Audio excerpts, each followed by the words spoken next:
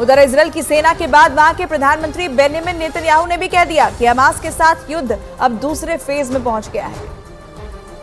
हालांकि इजरायल की सेना पहले कह चुकी है कि वह हमास को नेस्तनाबूद करने के लिए जमीनी अभियान चलाएगी और अब इजरायल के प्रधानमंत्री बेंजामिन नेतन्याहू ने भी कह दिया है कि गाजा में चल रहा जमीनी अभियान बहुत स्पष्ट उद्देश्यों के साथ हमास के साथ युद्ध का दूसरा चरण है। बड़ी बात है कि गाजा में आसमान के साथ अब इजरायल की सेना ने जमीनी हमले भी तेज कर दिए हैं। उत्तरी गाजा में लोगों से जगह खाली करके सुरक्षित ठिकानों पर जाने के लिए कहा गया है। उधर गाजा पर इजरायल की तरफ से जारी हमलों के खिलाफ फिलिस्तीनियों के समर्थन में हजारों लोगों ने रोम में मार्च निकाला और वहां से सामने आए वीडियो में चारों तरफ केवल और केवल प्रदर्शनकारियों की भीड़ नजर आई। इस दौरान लोगों ने इजरायल के खिलाफ जमकर नारेबाजी की।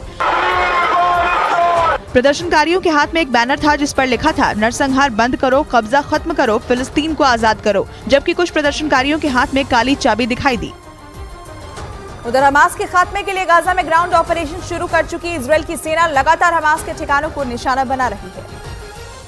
गाजा पट्टी से इजरायल के हमले की सबसे ताजा तस्वीर सामने आई, जिसमें गाजा के आसमान में धुआं उठता दिखाई दिया। बड़ी बात है कि इजरायल ने गाजा पट्टी में बमबारी तेज कर दी है। फिलिस्तीन के स्वास्थ्य अधिकारियों का कहना है कि नए हमलों में बैराज में 377 लोग मारे गए हैं, जिससे गाजा में 3 सप्ताह में मरने वालों की संख्या 7,703 हो गई।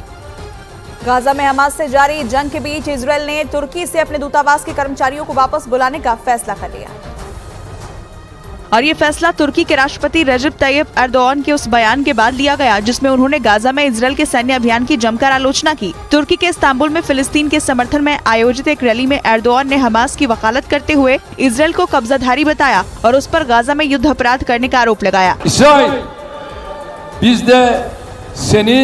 savaş suçlusu olarak dünyaya Erdogan के इस बयान पर इजरायल भड़क गया और उसने तुर्की से अपने दूतावास के कर्मचारियों को वापस बुलाने का फैसला कर लिया। इतना ही नहीं, इजरायल के ऊर्जा मंत्री ने तुर्की के राष्ट्रपति पर आतंकवाद का समर्थन करने का आरोप लगाया और दावा किया कि इस लड़ाई में हमास का समर्थन करने वाले तुर्की का असली चेहरा दुनिया के सामने उजागर हो गया।